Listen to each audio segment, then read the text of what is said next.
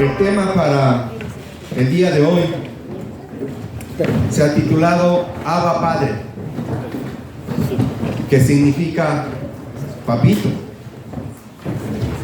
Es el privilegio que cada uno de los que tenemos padre podemos venir y decir papito a nuestro papá. Los que no hemos tenido, como el caso de mío, pues no podemos decirlo, sino solamente a nuestro Padre celestial, que es el único Padre que conocemos y realmente es el mejor Padre. El texto en el que vamos a hacer la prédica el día de hoy, el mensaje del Señor, está basado en Gálatas, capítulo 4, del 1 al 7, para lo cual les pido que por favor se pongan de pie. Vamos a leer la palabra del Señor, que es lo que nos dice, y vamos a conocer un poquito de la enseñanza que el Señor tiene para el día de hoy. Los que ya tienen la palabra, por favor se ponen de pie, pueden abrir sus Biblias o prender sus Biblias. Gálatas 4, del 1 al 7, y la palabra dice así: pero también digo, entre tanto que el heredero es niño, en nada difiere del esclavo, aunque es señor de todo, sino que está bajo tutores y curadores hasta el tiempo señalado por el Padre.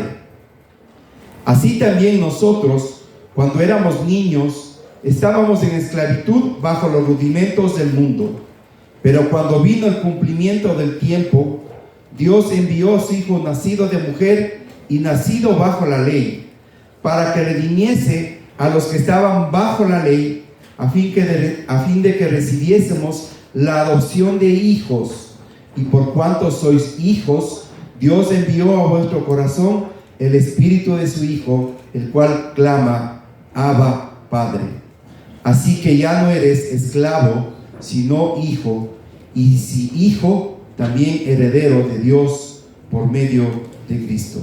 Vamos a orar para poner este tiempo en las manos de nuestro amado Padre Celestial. Bendito Dios, te damos gracias por el privilegio que tenemos los cristianos, los hijos tuyos, de reunirnos cada domingo en el templo, Señor. Gracias porque podemos venir, Señor, a darte gracias por todas las bendiciones que hemos recibido hasta el día de hoy, por una semana llena de bendiciones, de trabajo, de salud, de bienestar, aún de las circunstancias que nos permites pasar, porque a veces es necesario pasar por las circunstancias para acercarnos cada día más a ti. Te damos gracias porque este año estamos celebrando el Día del Padre, a aquellos que son padres y que conocen de ti, y sobre todo a ti, tu santo nombre, que debe ser alabado y adorado por la eternidad entera. Te damos gracias, Señor, por este privilegio. Te pedimos que tú uses a este siervo inútil, Señor, para traer el mensaje que has preparado para esta amada iglesia, Señor, que te busca cada domingo. Gracias, Señor, por este tiempo, y te pedimos que tomes tú el control de todo. Te damos la bienvenida, precioso Espíritu Santo, para que te muevas en esta iglesia, en esta congregación que busca de ti, Señor, y que la palabra, Señor, se haga rema. Prepara nuestros corazones y nuestra mente para recibir el mensaje, Señor, y estar atentos a lo que tú nos hablas el día de hoy. Quedamos en ti, amado Señor, y oramos en el precioso nombre de Cristo Jesús. Amén. Amén. Tomen asiento, por favor. Bien, Pablo está hablando a una congregación que tiene problemas, que no está tan convencida del Evangelio, porque ustedes acuérdense, y ya hemos hablado, de que cada vez que los apóstoles fundaban una iglesia en la Roma de aquella época, los judíos de Israel formaban parte del imperio romano, y cuando empezaron a ser perseguidos después de que Cristo murió, fueron esparciéndose por toda Roma, y a cada ciudad que ellos llegaban o que iban, fundaban una iglesia. Pero había los famosos judaizantes, que no eran sino judíos, que se habían convertido a Cristo, pero estaban confundidos. Ellos decían que para ser salvos tenías que cumplir con la ley, tenías que circuncidarte, y tenías que aceptar a Cristo, lo cual Dios y Jesucristo no nos ha enseñado, ni los apóstoles, ni la palabra nos enseña eso. La única salvación viene a través de Cristo Jesús. Entonces Pablo viene y les dice a estas personas, a estos miembros de esta congregación, les dice: la ley la tenemos, pero tiene unas consecuencias tremendas. Si uno puede observar la ley completa, será salvo. Pero en el mundo no ha habido, ni habrá, ni lo hay, una sola persona que ha cumplido la ley, excepto el Señor Jesús. Fue el único que vino acá y cumplió la ley. Pablo también nos dice que la ley es una especie de guía que nos va a ayudar a caminar cuando nosotros recién nacemos en Cristo Jesús y somos llamados hijos de Dios. Cuando nosotros hemos aceptado a Cristo como nuestro Salvador, empezamos a leer la Biblia, empezamos a aprender de la Biblia y empezamos a conocer a nuestro amado Padre Celestial. La Biblia, la ley que está en la Biblia, nos enseña a caminar como una guía, como una nodriza, dice Pablo. Nosotros debemos siempre tomar en cuenta el contexto en que el apóstol o los apóstoles o quien esté predicando de la palabra está hablando. Esto es sumamente importante. En aquella época, los romanos que tenían dinero, las familias pudientes, tenían dos esclavos, generalmente eran esclavos, que cuidaban sus hijos. El uno era la nodriza y el otro era el pedagogo. La nodriza era una mujer que desde que nacía el niño o la niña se le entregaba y se le daba toda facultad para que le criase. Ella tenía que incluso a veces amamantar con su propio pecho a ese niño. Entonces ella le enseñaba a caminar, le daba de comer, le cuidaba, le bañaba, le vestía, le paseaba, iba creciendo y le iba enseñando aquellas cosas que de ese hogar la niña debía aprender. Los romanos tenían rangos, tenían clases sociales muy diferenciadas, y eso ellos tenían que aprender desde niños para tener una identificación en su vida. Entonces la nodriza le acompañaba a la niña hasta que tenía 12 o 14 años, que era la edad en que las mujercitas se casaban en aquella época. Los varoncitos tenían igual una nodriza que las acompañaba hasta los 16, 17 años, en que ellos ya eran considerados mayores y pasaban a otro plano.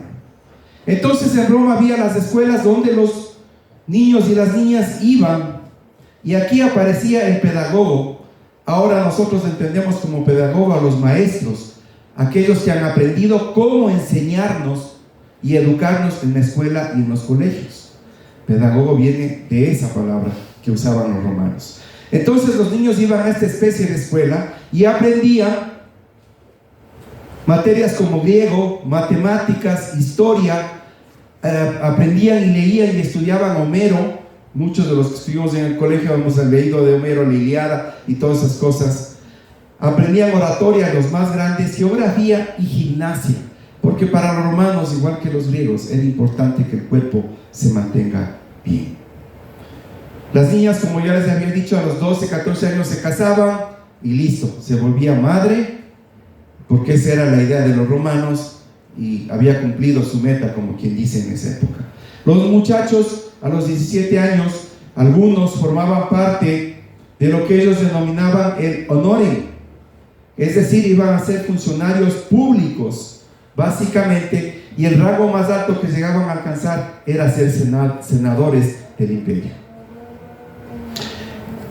Este es el contexto que Pablo nos está hablando, y por eso cuando leemos en el primer versículo nos dice: pero también digo, entre tanto que el heredero es niño, en nada difiere del esclavo, aunque es señor de todo.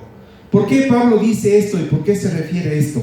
Porque el niño, a pesar de que iba a heredar la fortuna de su padre o de la casa donde había nacido, él era guiado por la nodriza, y la nodriza le decía qué hacer, cómo comportarse, dónde ir y dónde no ir. ¿Sí? En Santiago 2:10, la palabra dice: porque cualquiera que guarde toda la ley, pero ofendiere en un punto, se hace culpable de todo. La ley refleja el carácter moral de Dios y esto le hace demandante, porque no permite ningún tipo de transgresión. Entonces Pablo nos dice: la ley nos fue dada como una especie de guía, una nodriza, que nos va a ayudar a caminar hacia la meta final, que es estar en el cielo con el Padre Celestial. ¿Sí? Pero asimismo Pablo nos dice: ojo, la ley es demandante, porque cualquiera que guarde toda la ley, pero ofendiere en un punto, se hace culpable de todo. Por eso es que nadie puede ser salvo si quiere observar la ley. Facilito, no mientas. ¿Quién de aquí no ha mentido? Somos culpables todos. El Señor ahora nos ha enseñado que no debemos mentir, porque el padre de las mentiras es Satanás. Entonces ya sabemos que no podemos mentir. Pero si quisiéramos observar la ley, yo les pregunto a ustedes: ¿quién no ha mentido de aquí? Por eso dice Pablo: la ley es gravosa, la ley tiene unas consecuencias. ¿Sí? Y es por esto que el Señor, en su inmenso amor, nuestro Padre amado, nuestro Padre Celestial, en su inmenso amor, porque no hay otro amor como el Padre, mandó a su Hijo unigénito para que en la cruz Él cumpla con todo, nos quite el pecado, la culpa, y podamos ser salvos.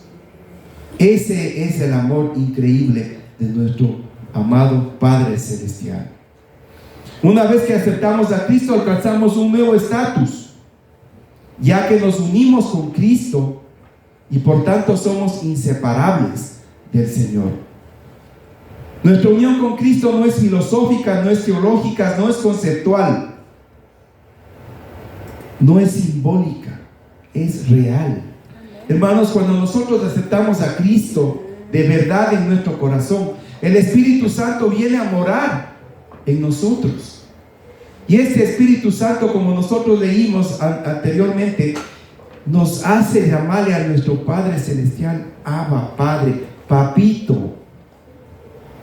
Porque ahora tengo confianza de venir a mi Padre Celestial y presentarle mis problemas, mis circunstancias, lo que me molesta, la carga que tengo, mi necesidad. Antes, cuando vivíamos en pecado y cuando pecamos, incluso ahora, nos da vergüenza y no nos acercamos al Padre para decirle: Señor, perdóname, y sabes que ahora necesito tu favor. Por eso es importante estar siempre en obediencia y buscando la santidad. Romanos 8:17 dice: y si hijos, también herederos, herederos de Dios y coherederos con Cristo, si es que padecemos juntamente con Él, para que juntamente con Él seamos glorificados. Miren, aceptamos a Cristo y ahora somos adoptados por el Padre como hijos del Padre. Ahora tenemos esa condición. Ahora cambiamos de ser cualquier criatura del mundo, cualquier hombre o mujer, para ser transformados en hijos de Dios. Y saben, el problema de la iglesia ahora, de muchos cristianos, es que no entienden este concepto. Preguntamos: ¿eres cristiano? Sí, soy cristiano. ¿Pero qué significa ser cristiano para ustedes? ¿Significa venir un domingo a escuchar una prédica? ¿Significa de vez en cuando escuchar una prédica en YouTube o leer la Biblia? ¿Qué significa ser cristiano? Y Pablo nos dice: ahora somos coherederos con Cristo de todo. Hermanos, si nuestra fe está puesta en esto, en Cristo Jesús, y nosotros asumimos ese rol de ser hijos de Dios a través de la adopción, créanme que nuestra vida sería muchísimo mejor de la que normalmente tenemos. Pero nos olvidamos de leer la Biblia, nos olvidamos de orar, de tener una relación con el Padre, de venir y buscarle al Padre. Nos olvidamos. El mundo, el enemigo, nos lleva a ver otras cosas, a andar por otro lado. Ahora mismo estamos todos preocupados de la política, ¿no es cierto? Cada uno tiene su candidato. Y estamos preocupados. ¿Quién irá a ganar? ¿Cuál será? Yo quiero que gane este. Y a Dios le hemos dicho: Señor, dame la sabiduría para votar por aquel que realmente merece estar en ese puesto. Efesios 2:3 nos dice: entre los cuales también todos nosotros vivimos en otro tiempo, en los deseos de nuestra carne, haciendo la voluntad de la carne y de los pensamientos, y éramos por naturaleza hijos de ira, lo mismo que los demás. Cuando éramos hijos de ira, éramos bastardos. Dios ni siquiera nos había visto, porque vivíamos en el pecado. Porque un Dios tan santo y grande, a Él no puede acercarse el pecado o un pecador, porque sería desintegrado. Pero he ahí su gran amor, que mandó a Cristo Jesús, para que cuando el Señor golpeó nuestra puerta y nos llamó, nosotros venimos a Él y ahora podemos acercarnos al Padre confiados, porque Cristo ya nos hizo hermanos, dice Pablo. Y Él, a pesar de que nosotros pequemos, no se avergüenza. Juan 3:36 dice: el que cree en el Hijo tiene vida eterna, pero el que rehúsa creer en el Hijo no verá la vida, sino que la ira de Dios está sobre él. Nosotros estamos aquí, creo que la mayoría somos cristianos, tenemos esa bendición. El que cree en el Hijo tiene la vida eterna, pero el que rehúsa creer en el Hijo no verá la vida, sino que la ira de Dios está sobre él. Qué amoroso nuestro Padre Celestial, que ahora nos ha librado de todo esto, y ya no somos hijos de ira, sino somos sus hijos amados. ¿Sí? Cristo es mi hermano. Hebreos 2:11: porque el que santifica a los que son santificados, de uno son todos, por lo cual no se avergüenza de llamarlos hermanos. Repito, Hebreos 2:11: porque el que santifica, ¿quién es el que santifica? Cristo. Y los que son santificados, ¿quiénes somos? Nosotros. De uno son todos. ¿De quién somos? ¿A quién le pertenecemos? A Dios, al Padre amado. Por lo cual no se avergüenza de llamarnos hermanos. Es nuestro hermano mayor, es el primogénito en toda la creación, en todo.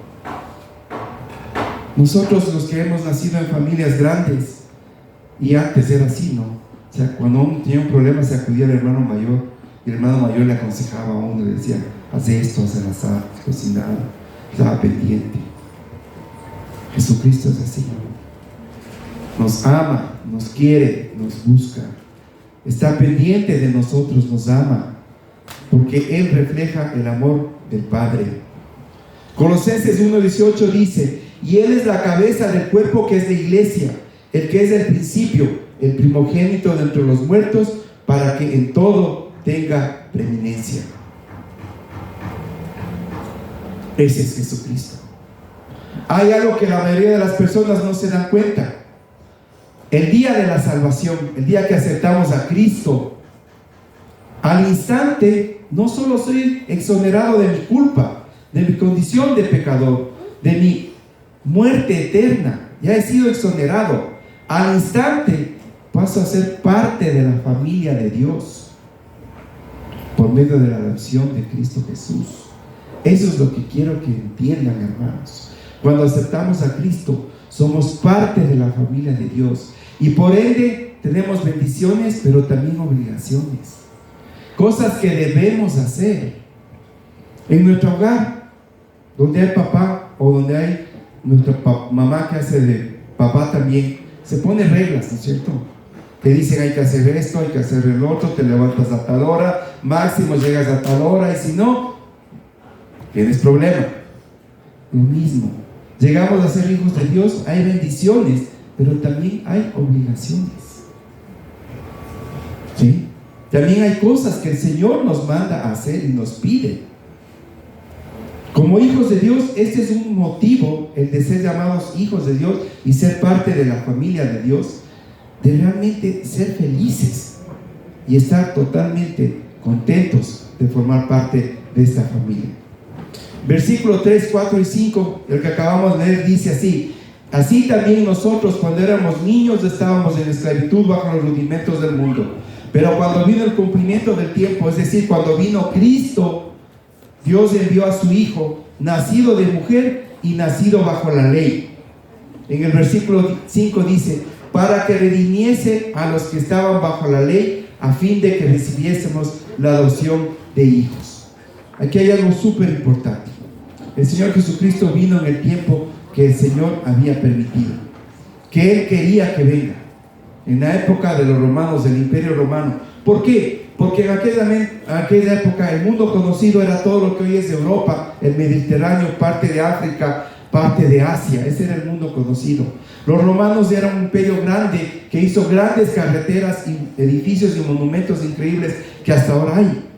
Y esas carreteras sirvieron para que después en la diáspora los apóstoles y los cristianos llevaran el mensaje a otros lugares. Y gracias a eso también llegó el mensaje acá a nosotros. Y ahora somos salvos. ¿Sí? Y el redimir significa que el Señor Jesús pagó por nosotros para sacarnos de esa condición de pecadores. ¿Cómo pagó? Con su sangre derramada en la cruz. Por eso la palabra dice que somos comprados con sangre. ¿Sí?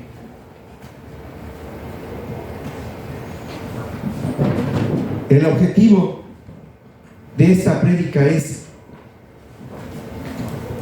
posesionarnos de esa condición de hijos de Dios. Saber que si somos cristianos tenemos más cosas que hacer que simplemente venir un domingo acá. El Señor nos ama tanto que Él quiere lo mejor para nosotros. Vamos a ver ahora 3 puntos para entender esto. Primero, nuestra condición en Cristo Jesús. Segundo, la bendición que nosotros recibimos cuando somos hijos de Dios y lo que implica ser hijo de Dios. El Señor Jesucristo vino, como dije, vino en el momento exacto, en el tiempo preciso, porque así el Señor Dios Padre lo permitió. Mateo 24:14 dice: y será predicado este evangelio del reino en todo el mundo para testimonio a todas las naciones, y entonces vendrá el fin. Ese era el plan del Señor, ese es el plan del Señor, que el evangelio sea predicado en todas las naciones. ¿Por qué? ¿Solo por los misioneros, solo por los pastores, solo por los maestros de la academia bíblica? No, hermanos, por todos y cada uno de los que estamos aquí. Eso es una de las primeras implicaciones que tenemos como cristianos, como hijos de Dios, llevar el evangelio. ¿Sí? ¿Cuál fue el propósito de la venida de Jesucristo? ¿Cuál es el propósito? Todos sabemos que Cristo vino para suplantarnos en la cruz, para limpiarnos con su sangre derramada en la cruz y darnos vida eterna. Hasta ahí estamos bien. Pero ¿por qué tuvo que venir a la cruz? ¿Por qué Él tenía que ser el representante de los hombres en la cruz? Él es el Cordero Santo sin mancha que nos limpió en la cruz, el único que Dios Padre aceptó como el Cordero inmolado. ¿Sí? Hasta ahí estamos claros, ¿no es cierto? Dios es el único que podía nosotros, Jesucristo es el único que podía limpiarnos frente al Padre. Entonces Jesucristo tuvo que nacer de una mujer para representarnos en la cruz como humanidad. Y a todo aquel que ha aceptado a Cristo, entonces ahora es salvo y forma parte de la familia de Dios. Esa es el propósito de la venida de Cristo Jesús. Ese es el porqué. Nacido de una mujer, porque para ser hombre tienes que nacer de una mujer. Dios con todo su poder puede aparecerse aquí hoy con forma de hombre y sería un hombre, ¿no es cierto? Pero para ser un hombre como tú y como yo, ¿qué tenemos que hacer? Nacer de una mujer. Por eso se escogió a la Virgen María, para que Él naciera de una mujer. Génesis 3:15 dice: y pondré enemistad entre ti y la mujer, y entre tu simiente y la simiente suya. Esta te herirá en la cabeza y tú le dirás en el calcañar. Gálatas 4:5 dice: para que redimiese a los que estaban bajo la ley, a fin de que recibiésemos la adopción de hijos. Esta es la bendición más grande que Dios nos puede haber dado: redimirnos de la muerte eterna. Generalmente el Día del Padre, los pastores predican sobre el hijo pródigo, ¿no? Sobre la parábola del hijo pródigo, que debería ser la parábola del padre, porque el hijo pródigo lo único que hace es lo malo. Va y le dice al papá: bueno, papá, dame mi herencia, ya soy grandecito, me quiero ir a conocer el mundo. Así que el papá le dice: bueno, toma, mi hijo, tu herencia. Gracias, papá. Se fue, se derrochó, se fue a otro país, hizo horrores y barbaridades hasta que terminó en una porqueriza comiendo la comida de los puercos. Un día, viéndose en esa situación tan humilde, tan pésima, tan terrible, recapacita y dice: no, los siervos de mi padre comen mejor. Hasta creo que los chanchos de mi papá comen mejor que yo. Me voy y le voy a decir: papá, déjame ser el último de tus sirvientes, pero permíteme vivir y comer aquí al lado tuyo. Así que decide y va al padre. Y el padre apenas le ve allá, no le importa nada que venía pesando a chancho, no le importa que venía peor que un piordocero, no le importa nada, se lanza, le abraza, le besa. Le dice a los empleados: cámbienle, pónganle un vestido correcto y pónganle anillos en sus brazos, en sus dedos, perdón. Ese es el amor del Padre humano. Y así hacemos nosotros por nuestros hijos. Damos todo. Damos todo. El otro día hablaba con uno de mis hijos, le decía: hijo mío, si tú necesitas que te dé parte de mi riñón, aquí está. Si necesitas un hígado, si necesitas parte de mi hígado, toma. Si necesitas un riñón mío, toma. Aún si me dices: necesito el corazón, yo sería capaz de dar a un hijo mío el corazón. Pero ¿qué hizo nuestro amado Padre Celestial, el que nos ama? Agarró a su hijo y le dijo: tienes que ir a morir en una cruz. Tienes que ir a cargar con todos los pecados de estos. Y tienes que pagar en la cruz por cada pecado que ellos cometieron. Ese es el amor del Padre que ahora le festejamos y que ahora le decimos: feliz día, papito Dios. Abba, Padre. Ese es el Padre que nos ama. Ese es el Padre que quiere lo mejor para nosotros. Pero el enemigo es el que nos dice: no, Él no te escucha. No, ¿para qué vas a ir a buscarle a Él? Tú puedes hacer en ti mismo todo. No, Él está ocupado. Dios dice: no. Él nos espera cada momento que nosotros queremos orar. Cada momento que nosotros oramos, estamos en la presencia de Dios, de nuestro Padre amado, y le estamos diciendo: papito, aquí estoy. Hoy tengo esto, ¿qué hago, Señor? Gracias, Padre, por la bendición que me has dado. Gracias, Señor, porque no esperaba que tú me bendigas de esta manera y hoy me has dado una bendición increíble. Ese privilegio tenemos. Por eso cada vez que ustedes me han escuchado cuando yo oro, digo: Señor, te gracias por el privilegio de orar, porque solo es privilegio nuestro, de los cristianos. El mundo no sabe orar, no sabe cómo venir al Padre, no conoce de Dios. Nosotros le conocemos. Es privilegio nuestro. El mundo tiene más de 8,000 millones de personas y los cristianos cada vez somos menos. Pero es nuestro privilegio de acercarte al Padre y decirle: papito, aquí estoy. Gálatas 4:6 dice: por cuanto sois hijos de Dios, envió a vuestros corazones el Espíritu de su Hijo, el cual clama: Abba, Padre. El Espíritu Santo mora aquí. Cuando tú estás obedeciendo, estás orando, estás leyendo la palabra, el Espíritu Santo se mueve en ti y te ayuda a discernir las cosas. Te aconseja, te muestra si vas a hacer algo malo y te dice: no, por ahí no es. No, hijo, por ahí no es. Vamos por este otro lado. Pero cuando caemos en pecado, el Espíritu Santo se achica, se duerme, y ya no puedes decir: Abba, Padre. Cuando pecaste, ya no puedes venir a arrodillarte en oración y decir: Señor, aquí estoy. Te da vergüenza hasta que te pones a cuentas con el Señor, porque su misericordia es nueva cada mañana y podemos venir a decir: Señor, ayer pequé, perdóname. Tú sabes, Señor, pero vengo a confesarte que yo he pecado. Y volvemos a estar en el amor del Padre. ¿Sí? Es el Espíritu Santo el que nos mueve, el que pone el querer como el hacer. El querer leer la Biblia, El Señor te dice, hoy día tienes que leer un capítulo. Y el enemigo está, ¿para qué vas a leer pues? Mejor prende el HCJB y anda a leer la Biblia y ya escuchas, ¿no? Y a veces hacemos caso al enemigo que nos está haciendo ese comentario. Cuando el Señor te dice, lee la Biblia, abre tu Biblia, prende tu Biblia y lee un capítulo, lee un versículo y piensa en ese versículo todo el día para ver qué es lo que el Señor te está hablando. El Espíritu Santo que tienes en ti te hace clamar, Abba, Padre, Papito.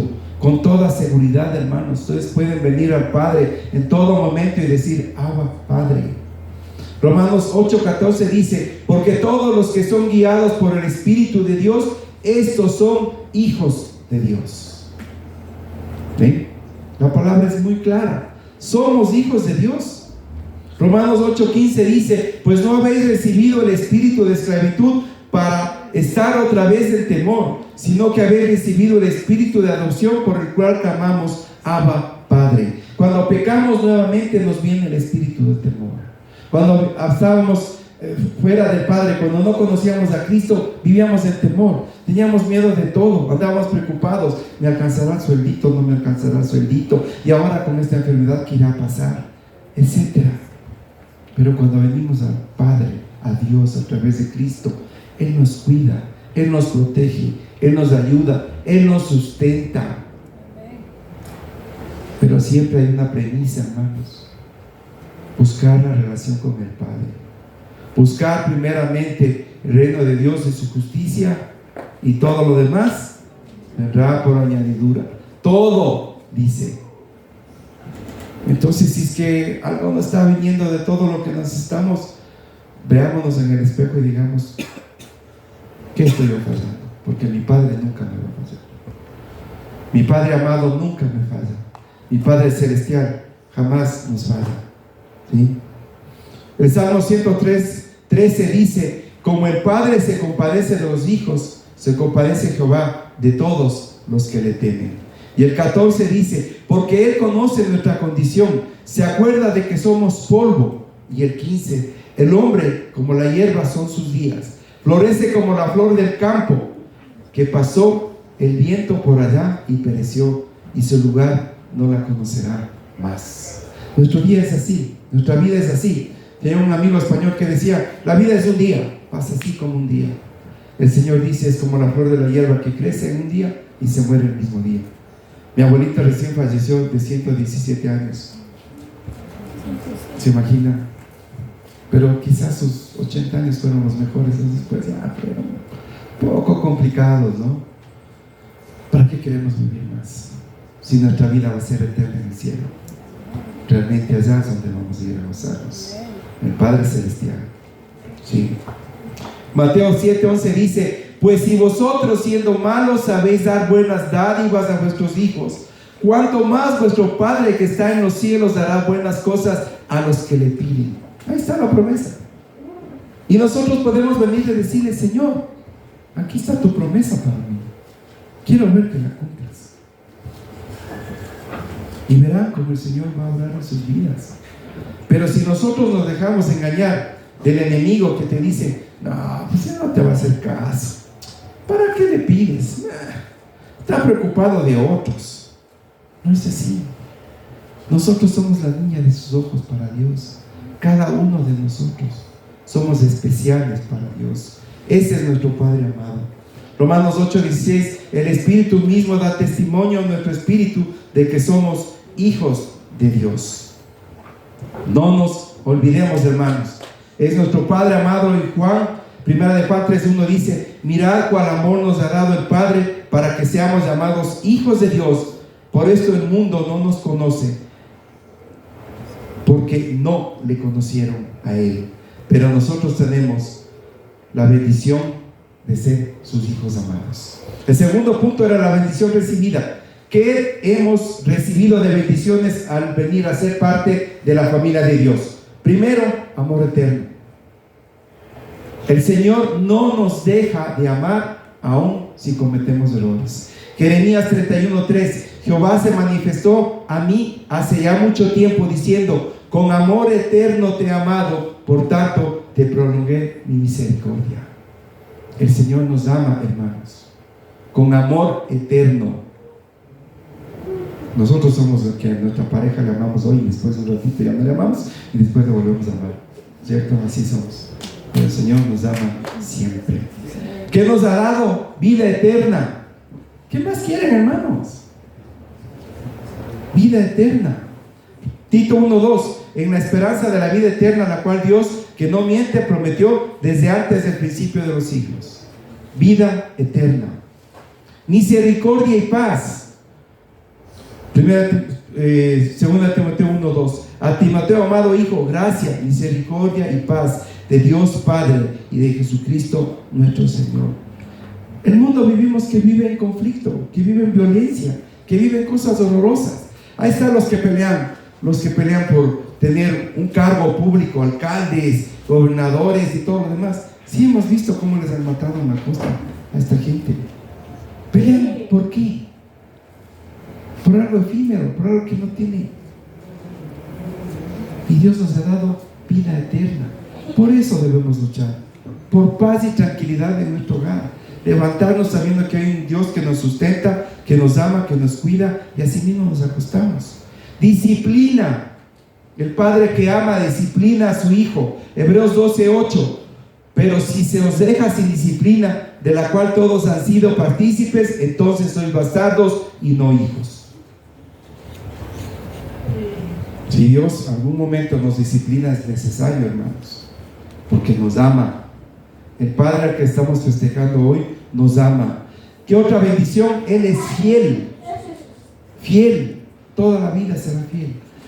El pueblo de Dios, el pueblo de Israel, el pueblo escogido, fue infiel siempre con el Padre. El Señor les mandaba a hacer algo, les decía, no hagan ídolos. Y lo primero que hacían, ídolos. Y uno tras otro, y generación y tras generación, hasta que el Señor les tuvo que mandar por el mundo esparcidos, y después les volvió a tomar, y ahí se volvieron religiosos. Cuando el Señor Jesús vino, era un pueblo totalmente religioso, no tenía una relación con Dios, era religioso. Pero ahora nosotros, el velo se partió y se rompió, podemos venir a la presencia de Dios en oración directo al Padre.